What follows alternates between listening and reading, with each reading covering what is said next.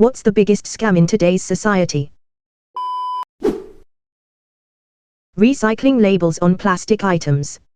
So many single-use plastics have a recycle symbol on them when in reality nobody will touch that shit.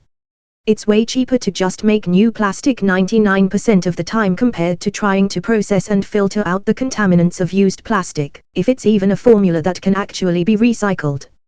I'm partially convinced the reason we have so much plastic waste as a society is this trickery making us think we're actually recycling a meaningful amount of it.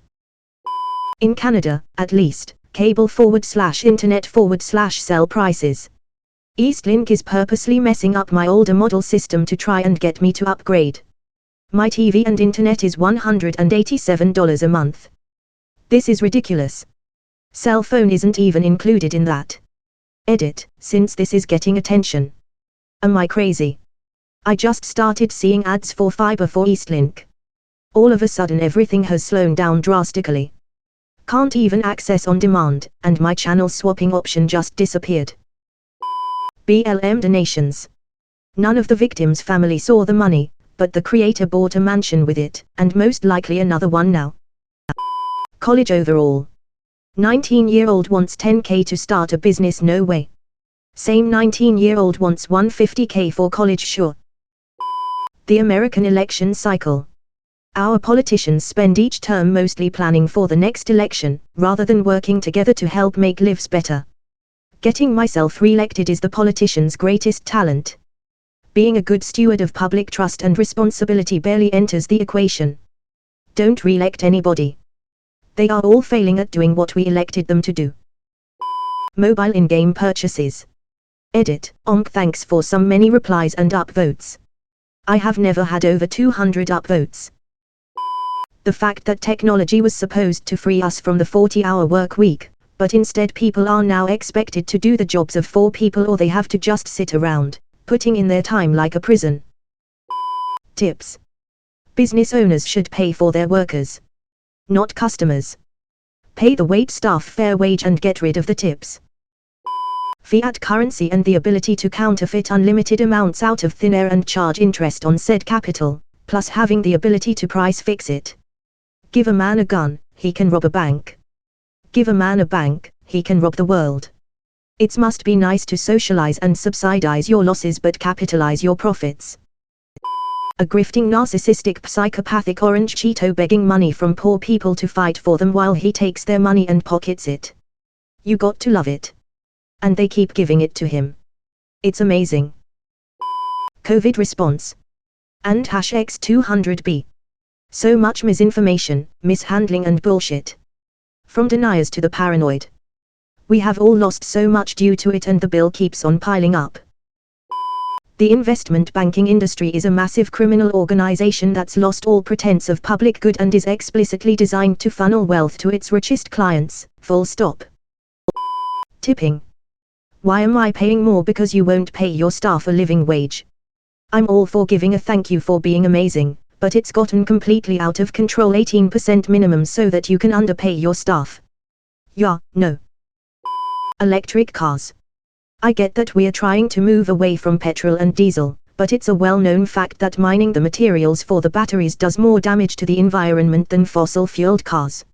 I still don't know why hydrogen isn't being lauded as the better alternative. Yes, it is explosive, highly volatile, and difficult to store, but isn't that a problem geniuses are paid to solve? Greenwashing. Now that people is, rightfully, worried about our planet's future, everything is marketed as green. Hydrogen is green, methane is green, nuclear is green. Marketing can turn into green everything they want. Being vegan. You don't get all the vitamins you actually need, so you have to pay a lot of money to get them from other sources which, probably, come from what they say they are not eating. IMHO, luxury watches. Deliberately creating scarcity by not scaling up production, creating prices to insane heights is just wrong. There has been a whole economy built around these products as an investment with waiting lists up to multiple years. That you love the watches, got it from relatives etc. is very nice. But purely economically speaking, it's just so wrong. The fact that the US can print money of thin air and use it anywhere else with no consequences. Being a member of a political party. You're basically giving them your name, address and phone number so they can start harassing you for contributions. And if you give $20, they'll spend $100 trying to get you to give more. Just say nope, no party affiliation. Health insurance.